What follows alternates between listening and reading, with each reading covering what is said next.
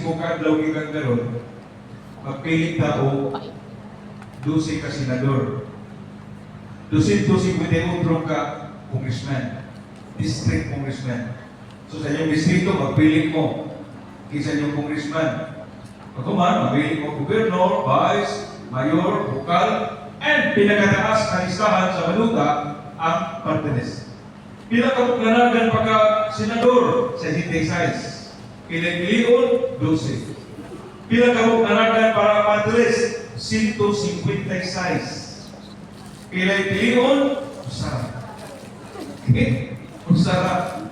Anyway, dapat atas baluta, na instruction dito, pumili ka lang ng isa. Select only one na nagibutang sa baluta. So, ako hangin na itong tanan, ritso-ritso, unya na talan ng senador, unya na talan ng mayor, ng congressman, etc. Ritso sa party list. Pangitaan, numero 63. Ano rin na malimot? Country code sa Philippines. 63. Ano rin na malimot? Sa 63, kabuopod ang makalingkod sa Congress ng mga members party list. So, ang mabot na eleksyon ng party list, paunahay, kinsay makauna o produce o 2%, 4% o 6%. No, paunahay. So, pila may buto para makasun ang 2%? Safe kayo, 500,000. Ikaduhang lingkuranan, safe kayo, another 500,000. Ikatulong lingkuranan ng maximum, safe kayo, another 500,000 or 1.5 million votes tulong ka mga warrior atong masulod dito sa Kongreso. Okay? Sigurado, ang problema na mo, 50% na sa mga Pilipino mamutar ng party list. Kaya wag kasabot, dinigdanahan, unya, ang 1/3 mamutar ng party list, tagurahon, tagutluhon, tagukaton. Kanila magbuhani, ako rin butahan. Kanila sa buhani mo, mo rin buhani, ako butahan. Pero I have to warn you, ang atong reason nga na mamutar pa ang niya is simply because magpadala tag representative dito na makipugno patong sa mga anti-God, anti-life, anti-family na mga balaunon nga gi-acronym na to DEDS. D. Divorce. E. Euthanasia. A. Abortion. D. Total population control. H. Homosexual and same-sex union. S. Sex education na walay moralidad. So, primarily, kung sa may tuyo ang buhay na ito, push for our pro-life agenda, pro-God agenda, pro-family agenda. Kung ina yung main reason na no, ato ni siya patugon sa Kongres. Ikaduha, mau na ito ang iyang representahan. Tawag kang party list if you represent na marginalized sector. Now na, kung mabasa ni Modest Gabas, dagang kimantar pulit, kung butuhan ninyo, libre ang wifi. Tama rin, no? Ingani ng wifi. What is a watchdog? Kung butuhan ninyo, barato ang LPG. Kung butuhan ninyo, barato ang kurente. Kung ang mga representation. Pero, hindi sa buhay, ang representahan is tanang mga dunay kinabuhi. Mapita na gito ako buhay. Tanang dunay kinabuhi. Gikan sa bata. Ako na tao, dinako, naburos, buntis, PWD, senior citizen. Ay, salamat po senior rin. Asa mo? Iko? Duha naman ako. Ikatulong ng basketball. Masarap ito ng gawin. 3 points. Senior na rin ka? More senior. More senior.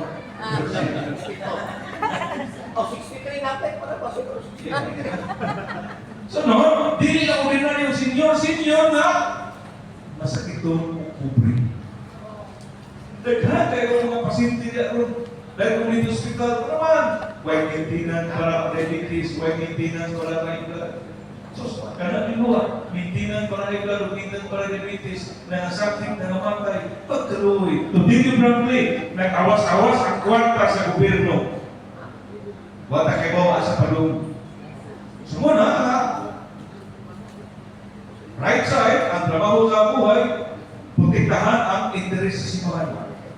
Why? Amo na balik-balik kong Cebu. Discussion ni Marco. We have to sustain our gitawag of Catholic identity. Now, like, pumunta ako, Espanya, Catholic country.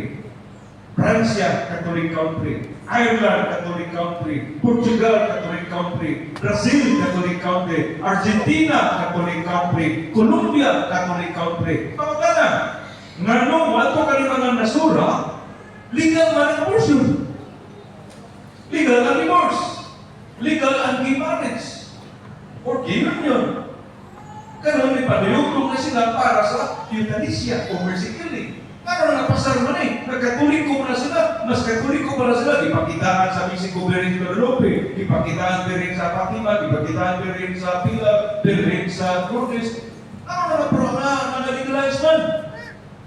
Dahil, wa maglantaw ang katauhan. Nang ilang ipamutaran para parliamentarians sa ato pa na, mga congressmen, mga anti-life yan. Anti-God yan. Ikaduha, late na kayo ni-react ang kabispuhan. Give example, Ireland. May propose ang Prime Minister ito, at mag-plebiscite ka kung okay ba ang gay union, gay marriage. Ingon ang obispo rito, di na may tabo, panarigtan na San Patricio, ang atong patron di Mong Ireland. Itagaan na sila 4 months na campaign. Sus, ang tanan ng kumpanya, 60 above, no to gay union. Ang kumpanya para pro 24 years old below. Pag-uman sa tulong kapaduan kapin na kampanya, nigawas ang resulta. 68% say yes to gay union. 21% na ang no. See? Ang kamutan na may labog ka na sa Pilipinas, yes or no? Yes. Ma-legalize ka ang divorce? Yes. Kung majority ka to, kanimagin, dili ta ka-blame sa Amerika, USA, ano man? 33% rin katoliko dito. So, bisa tingin bakit si Bang katoliko dito, pero majority protestante, anti-lifers, anti-family, hindi yun.